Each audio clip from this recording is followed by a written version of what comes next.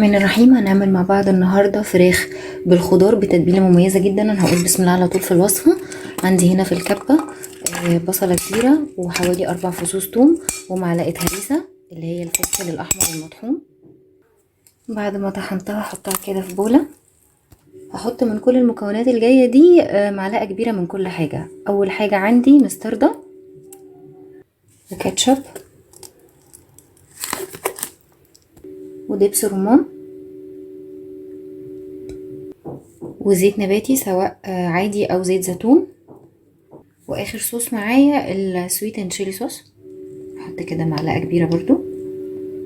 المنكهات اللي عندي توم باودر وبصل باودر وكزبره ناشفه وبهارات فراخ وفلفل اسود وبابريكا وكركم وملح حسب الرغبه، بس اعمل حساب الملح اللي في كل الصوصات المتاحه عندي.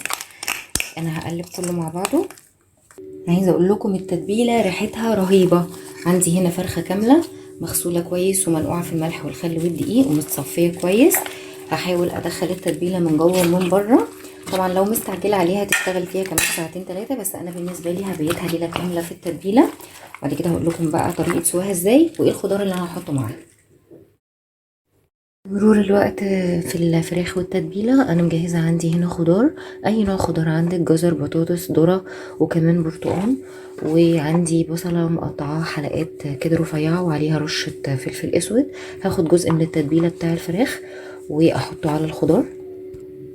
انا هحط في قلب الفراخ شويه بصل وشويه بطاطس وجزر وبرتقال، وبعد كده هقفلها وهحط بقيه الخضار في القاعه بتاعه الصينيه اللي هدخلها الفرن علشان تكمل سوية. على فكرة نسيت اقول لكم ان انا حطيت في التتبيلة بتاعة الفراخ زبادي، بس للأسف ما اتصورتش، فقلت انبهكم عشان تبقوا واخدين بالكم. انا هقفل الفراخ دلوقتي. انا فضيتها في الصينية اللي هتدخل الفرن ومجهزة ورق فويل هغطيها.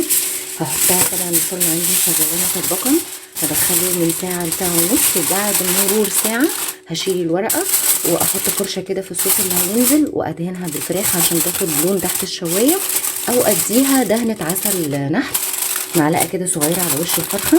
وكمان ممكن تحطوا خضار لو متاح عندكم، مشروم فريش او معلب برضو هيبقى حلو قوي مع الاكلة دي. وهطلعها لكم بقى بشكلها النهائي بعد ما تخلص سوا. شكلها بعد ما استوت عايزه اقول لكم طعمها وريحتها بجد حلوه قوي. اظن يعني الشكل بيتكلم عن نفسه. يا ريت تجربوها وتقولوا لي رايكم فيها ايه. ما تنسوش تفعلوا الجرس عشان يوصلكم كل جديد، وسيبوا لي كومنت، وان شاء الله هنزل لكم وصفات تانية جديده.